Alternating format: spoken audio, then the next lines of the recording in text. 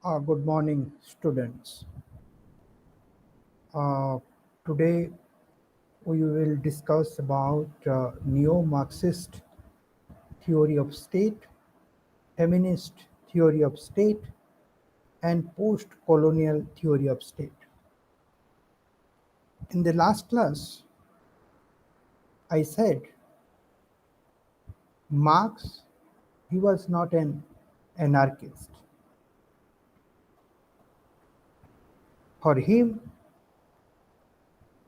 state is a bourgeois state, and a bourgeois state is an unjust state. If one will go through his concept of historical materialism, he or she will find that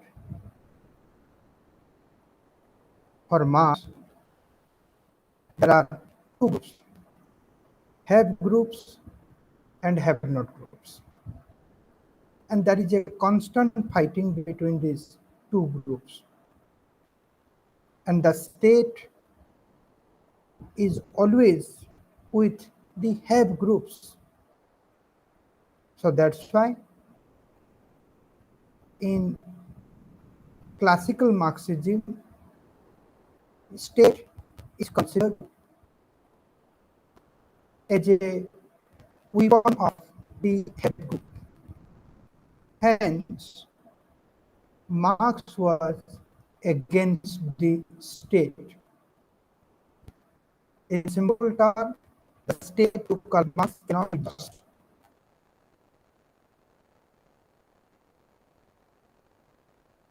State is also unjust because it supports the rich to poor, supports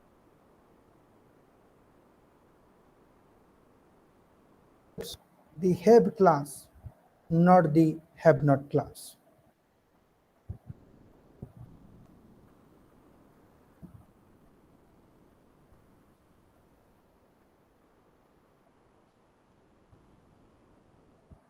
Looking at this neo-Marxist theory of state, one can understand is no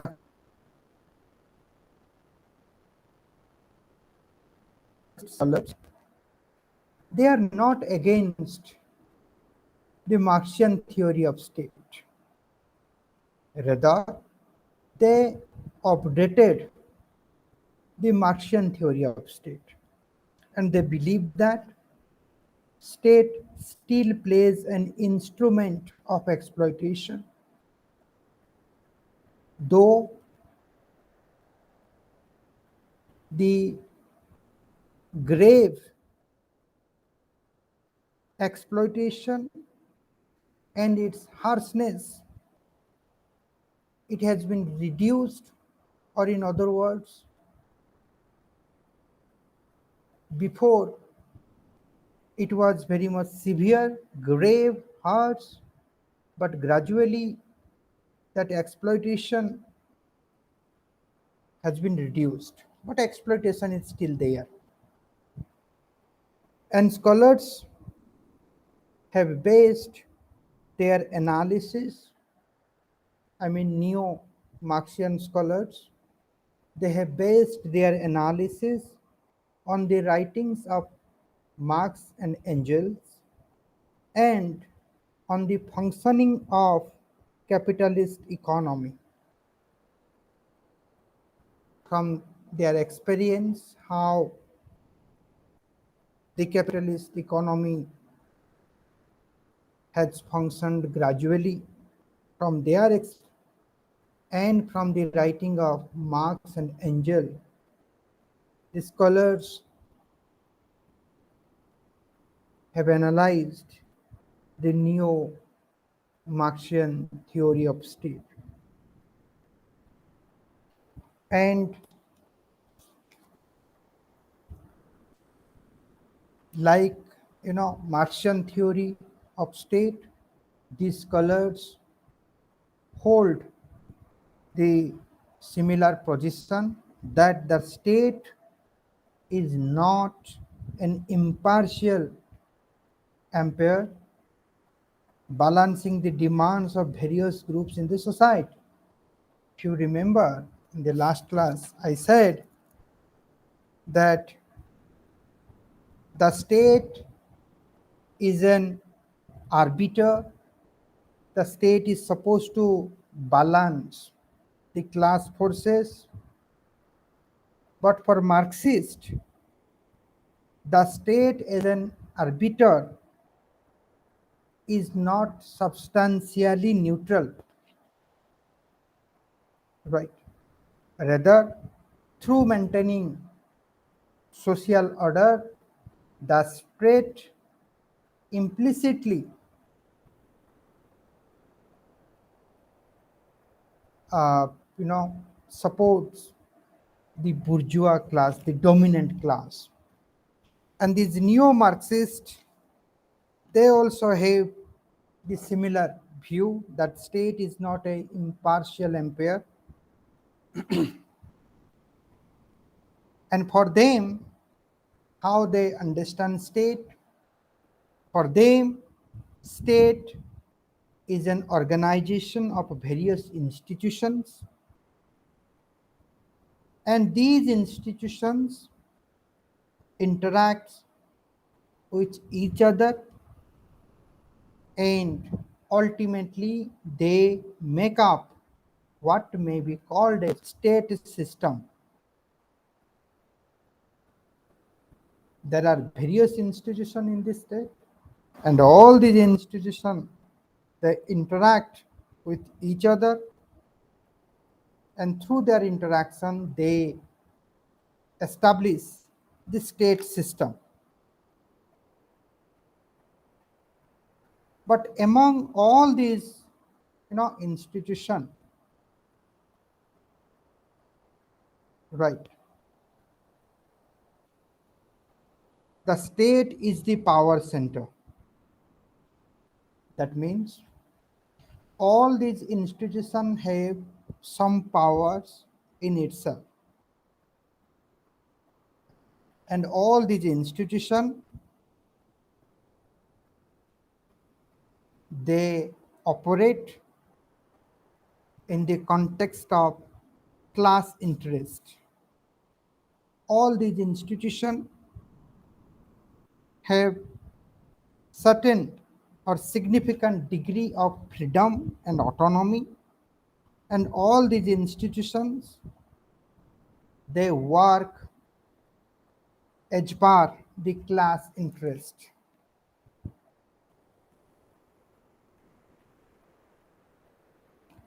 Now, understanding state means understanding those institutions which combinedly constitute the bourgeois state. And these institutions are also called the different elements of the state. And what are those elements? Government, administration, military, police, judiciary, parliamentary assemblies, and there is an interaction between these elements of the state. And the relation between these elements are instrumental. The relation between these elements are instrumental, right? Relation between the government administration or administration and military or police and judicial branches, these are all instrumental.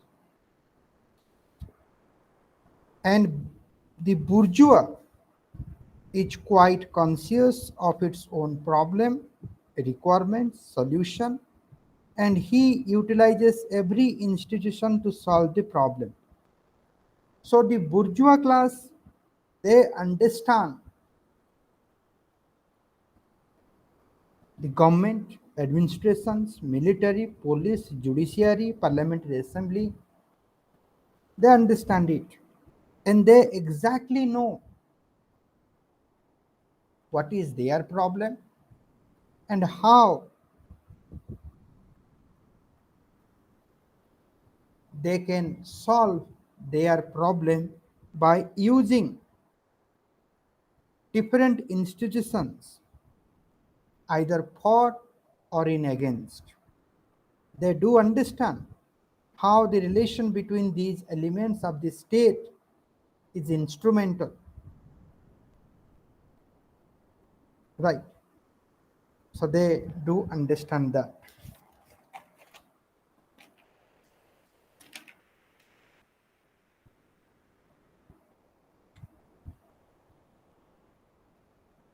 And they also understand the state, though it is divided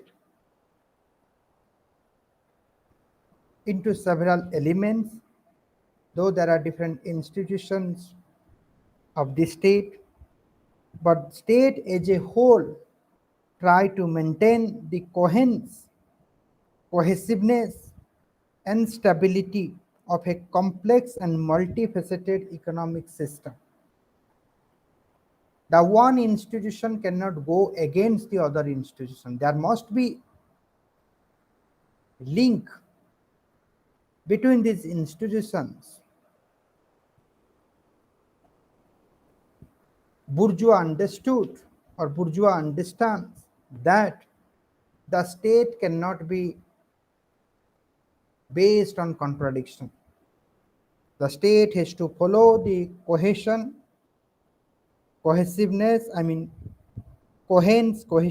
and stability. And the state is committed to protect and preserve the essential role, position, and power of the dominant class, even when power in the state is not exercised by those classes or on their behalf. Now, bourgeois understands that even if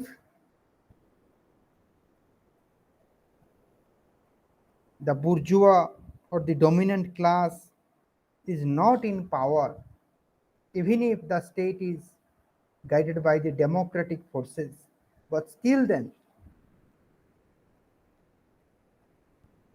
the state has to protect and preserve the position, the power, the role of dominant class. Why?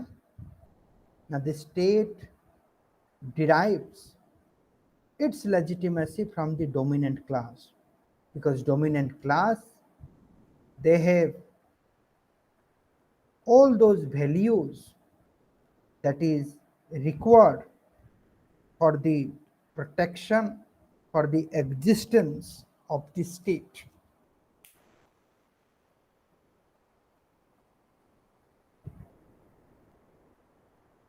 There is also another aspect of the state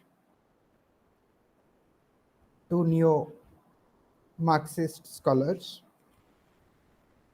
that is, the state acts as an instrument for achieving cross class equilibrium. The state has to convince the non bourgeois class that the state is also for them. The state is for have class, and the state is also for have not class. And how the state convince the have not class that the state is for them? Now it is because, or it is through the legitimacy of its authority, the state justifies that the state is for both the bourgeois class and non-bourgeois class. And that legitimacy of the authority is based on the universal suffrage. And the state obtains the consent of the governed. And this governed class, it is consisting of dominated class and dominating class. Since the state is based on the consent of both dominated and dominating class. The state acts as an instrument for achieving the cross class equilibrium. Right.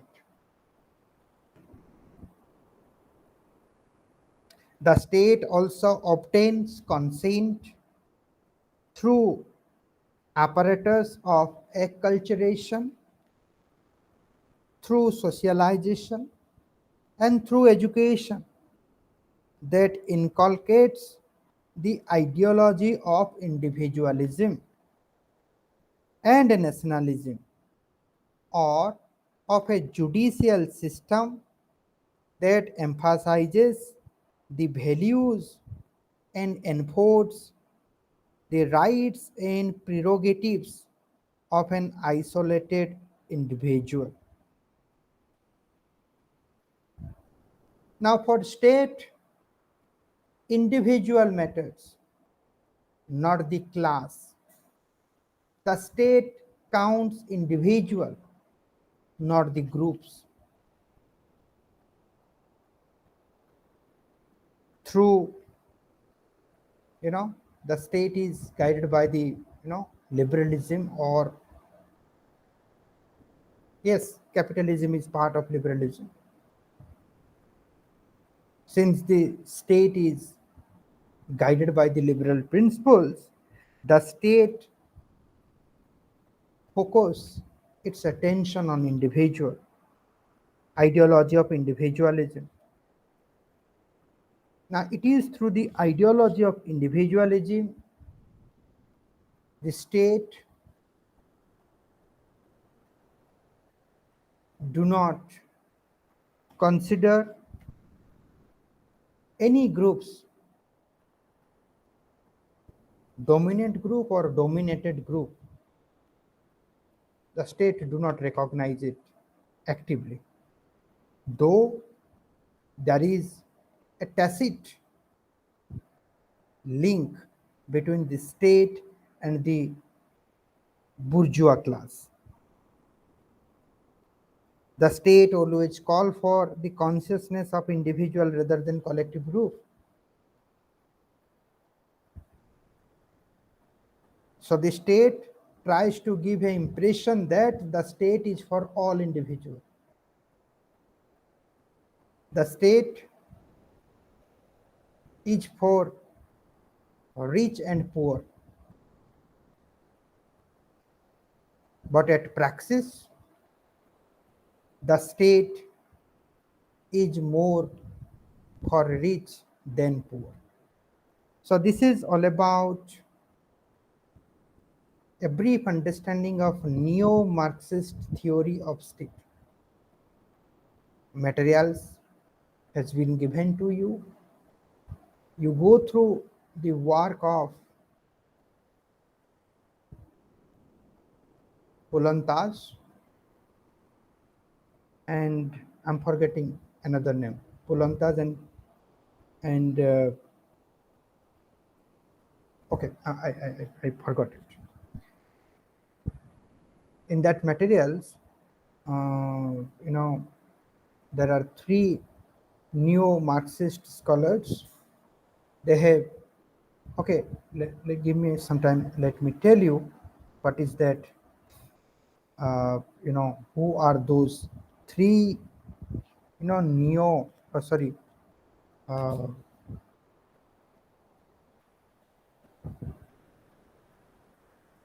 Okay, neo-Marxist scholars.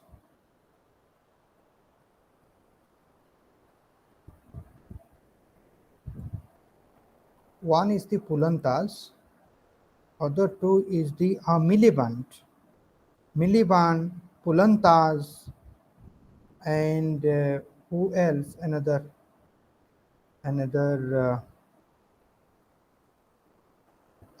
James O'Connor. James O'Connor, in his work, The Physical Crisis of the State, he has contributed towards this neo-Marxist theory of state. And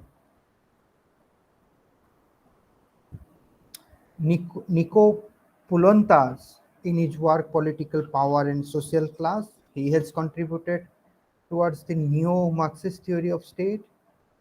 And the third is, Ralph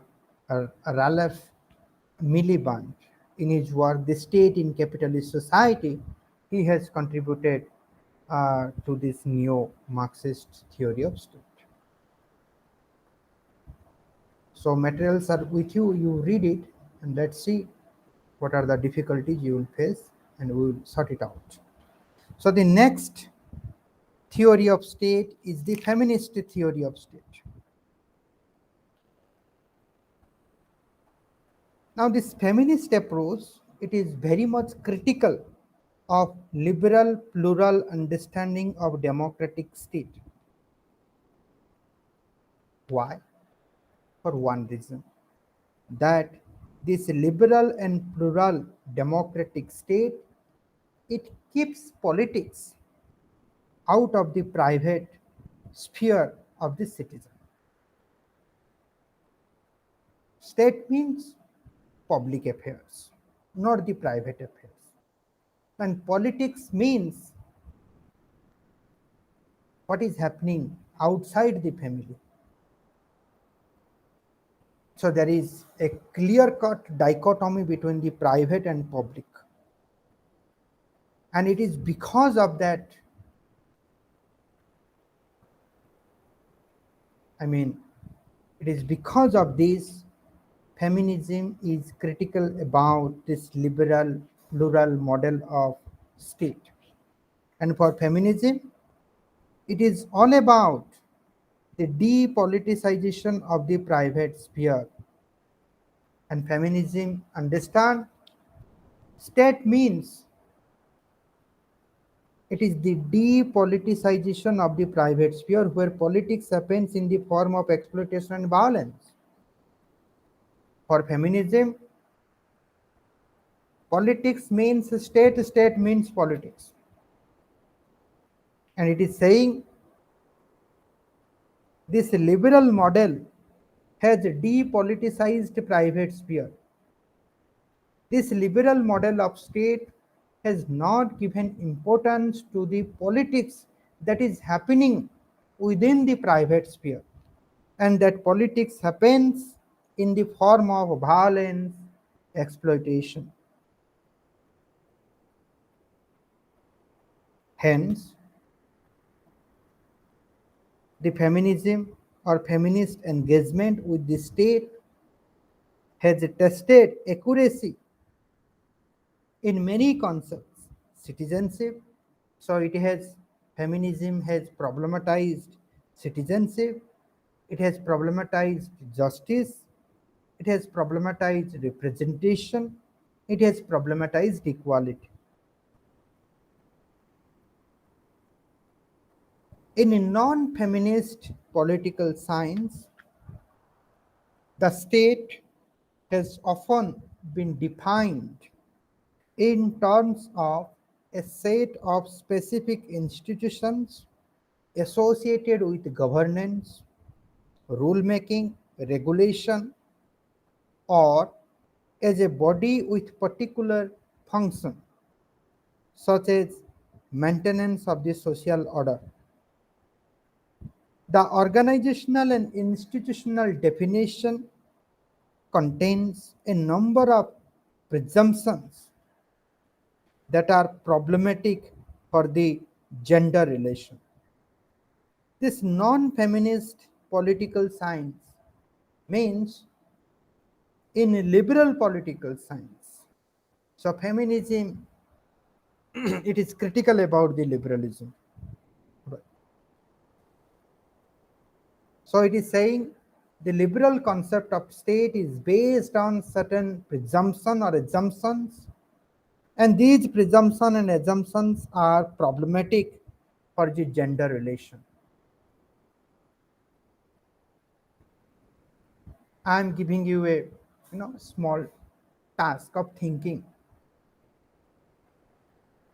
What are those presumptions and assumptions on which the liberal model of state is based, and these presumptions and assumptions are deeply problematic for feminists. So this is a small task I'm giving to all of you. You need to think. Now feminists, they have questioned the non-feminist theorization of the state, which states that state has other interests in addition to those class and is engaged with and shaped by the complex array of social forces, including those of ethnicity, nations, race, and particularly the gender.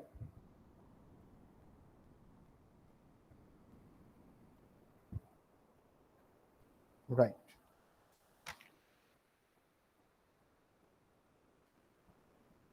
And the liberal analysis, so though liberalism talks about the gender as a social force affecting to the interest of the state, though liberalism talks about gender in its theorization of the state, I mean, what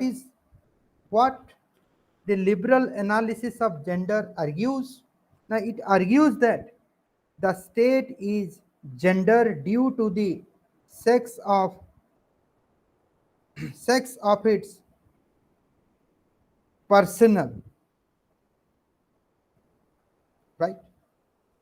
Why the liberal state talks about gender? It is because it talks about individual, and individual means men and women. And since women are underrepresented in politics due to many reasons such as cultural bias, constraints, gender role constraints, political socialization. So since women are underrepresented in politics, liberal states talks about gender. However, such liberal analysis of gender has not been accepted by one group of feminists, that is radical feminists. For them, the state is patriarchal institution. There is a very strong criticism against the state. So it is saying even if there will be women representation in politics of state, but the state is not out of its culture, and that culture is characterized by some patriarchal values. Hence, for radical feminists, state is a patriarchal institution, and they see state as a product of gendered relation of unequal power and oppression of women. They see state as a product of gendered relation of unequal power and the oppression of women. What it means? The state is the product of the society, and society is the product of values, and these values are,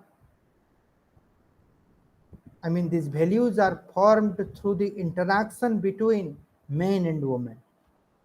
So since men are dominating over the women, since there is unequal power between the men and women, since there is oppression of women by men, the society has become patriarchal, and consequently, since the state is the product of the society, the state is, patriarchal.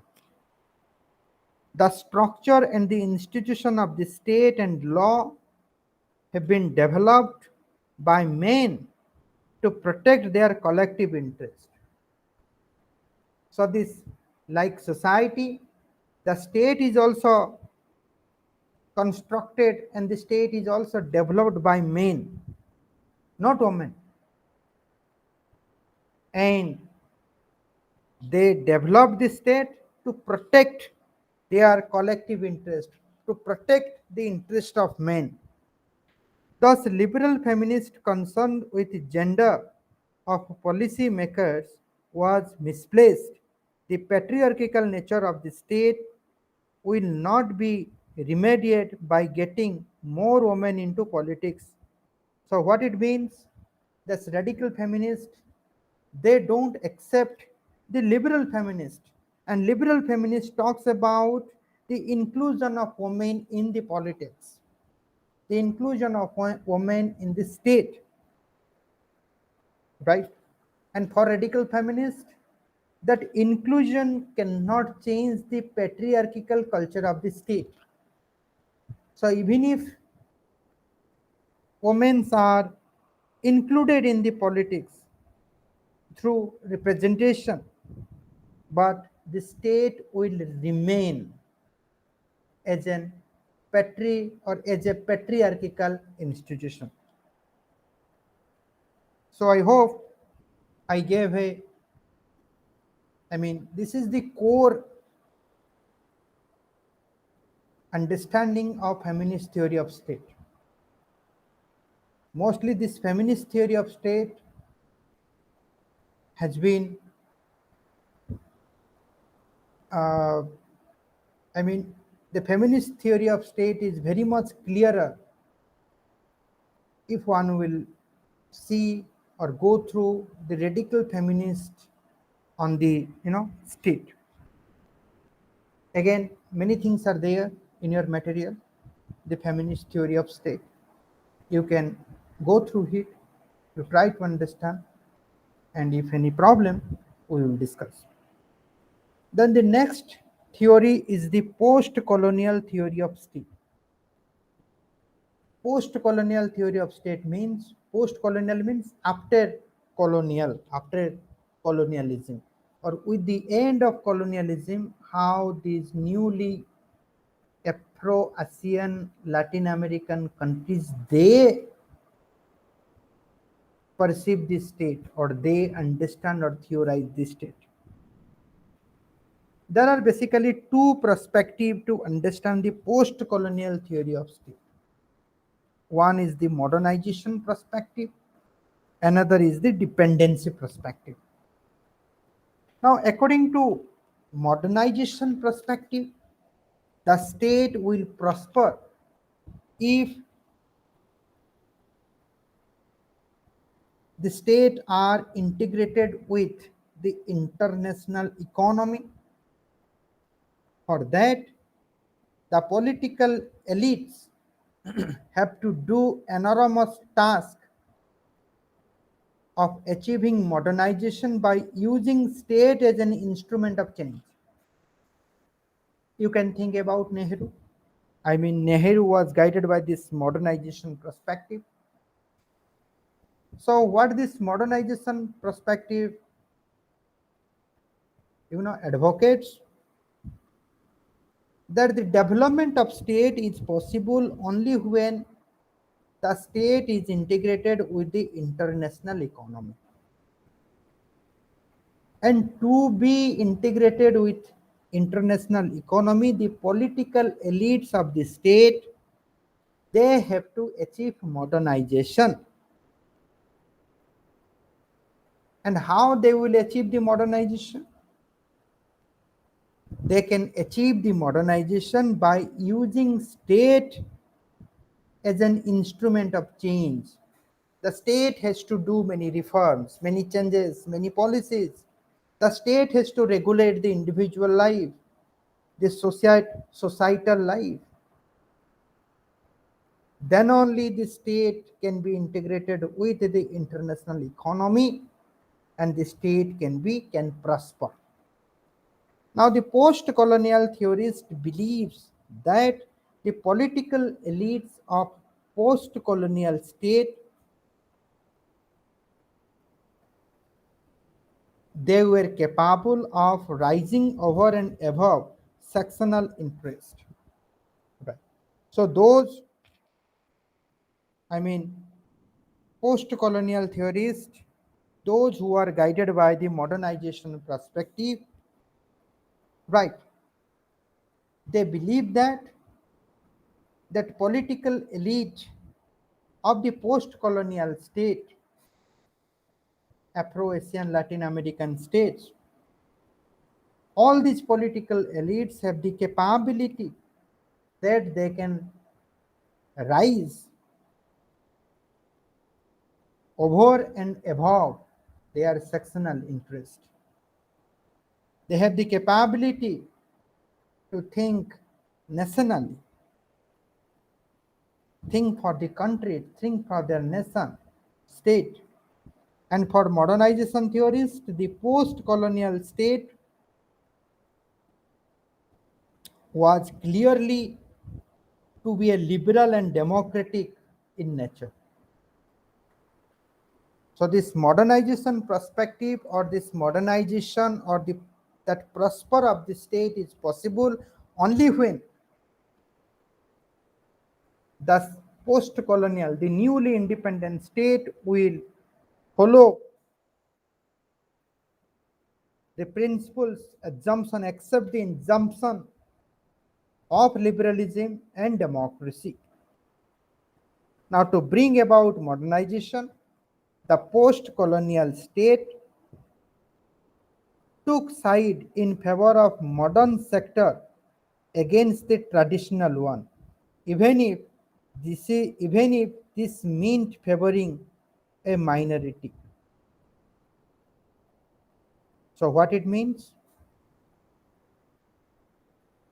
Now to bring this modernization, prosperity, the post-colonial state, it took the side of the modern individual, not the traditional individual, or not. It was the post-colonial state. It was against the tradition, and the number of you know modern individuals, they were very few. They were the elite. In a sense, they were the minority, and majority were guided by the traditional values. Minorities were guided by the modern values. And this post-colonial state, it took the side of few modern individuals. It did not take the side of large individuals who are guided by the traditional values. Now, in 1960s and 70s, this modernization perspective, it faced strong criticism with the emergence of third world nationalism on one hand and the rise of neo-Marxism on the other. Right? It led to the paradigm shift in thinking about the nature of the post-colonial state. Now it is because of this third world nationalism and neo-Marxism. How in neo-Marxism you find how explicitly the state is for all, but implicitly the state is deeply connected with the bourgeois state, with the rich, with the capitalist.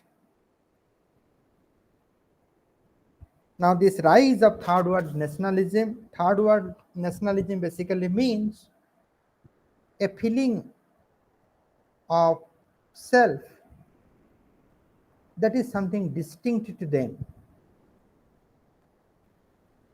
a feeling of self that we are different, we will not follow others, we have to make our own system. Now, it is due to this emergence there is a paradigm shift in thinking about the nature of the post-colonial state. So earlier post-colonial state, in the modernization perspective, it was guided by the West, and now West was being critically challenged by these post-colonial state and post-colonial theorists.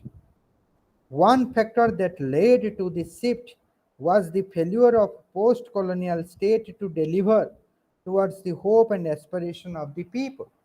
Now, this modernization perspective as a model of a post-colonial state, it failed to deliver towards the hope and aspiration of the post-colonial state. Now, it is because of the disenchantment of the people of post-colonial state that paradigm shift it emerged. I mean, post-colonial state is not all about the modernization process. It is all about creating your own nationalism. Now, for dependency theorists, there is another perspective I said, dependency perspective. One is the modernization perspective, another is the dependency perspective. Now, for dependency theorists, the underdevelopment of a post-colonial state was a product of encounter between the capitalist West and colonized people of Asia, Africa, and Latin America. Right. Now, the modernization perspective of post-colonial state, it could not satisfy the anxieties of post-colonial, I mean, anxieties of people in post-colonial states, and that's why there was disenchantment among the people, because people's hope and aspiration, it was not satisfied by the modernization uh, theory of post-colonial state. So that's why this dependency theorists, they are trying to explain why there is still underdevelopment in the post-colonial state. Why? Even if the modernization theory tries to eliminate underdevelopment, tries to eliminate poverty, why the underdevelopment is there? Now, for them, the underdevelopment is the result of the encounter between the capitalist West and colonized people of Asia, Africa, Latin America. Or in other words, this underdevelopment is because of the interaction, or because of the encounter between modern values and traditional values. Now, colonialism, for dependency theorists, colonialism gave birth to underdevelopment in a post-independence period. Neo-colonialism gave birth, I mean, in pre-independence period, colonialism gave birth to underdevelopment, and in post-independence period, neo-colonialism gave birth to the development of underdevelopment. Right. Now, for dependency theorists, modernization perspective is ahistorical. Just give me 2 minutes.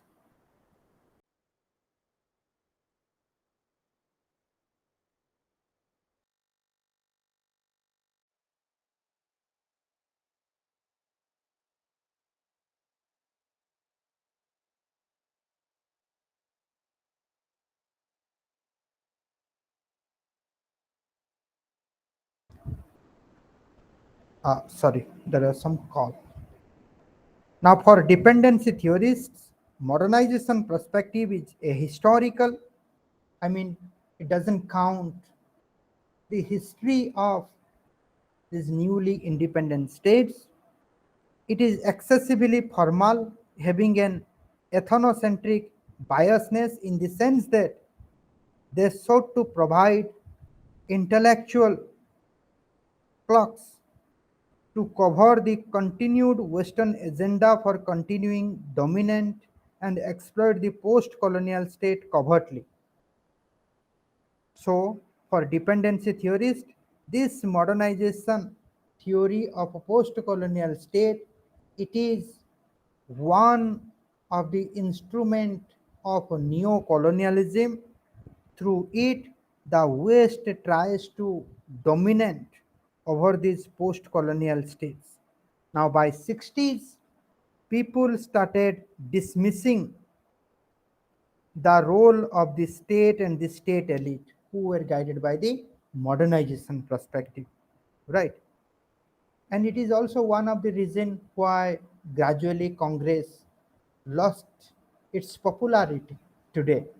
So today people are realizing that the state and the state elites have taken their confidence from them. Now the dependency theorists, by highlighting the neo-colonialism, they choose to advocate resistance against both capitalism and imperialism. So the right way, the right theorization of the state must begin with the resistance against the capitalism and imperialism to dependency theorists. Now, to dependency theorists, the dominant class alliance in the post-colonial states remained the same as they were in the colonial period. So they are saying the appropriate theorization of the state is possible only when there is constant resistance against the dominant class, and the dominant class, it is there in the colonial period and it is also there in the post colonial period. So this is all about this post colonial theory of state. Again, I briefly analyzed this theory of state. Materials are there. I said that I have already shared two books, Theories of State. There you can find all the details. So thank you.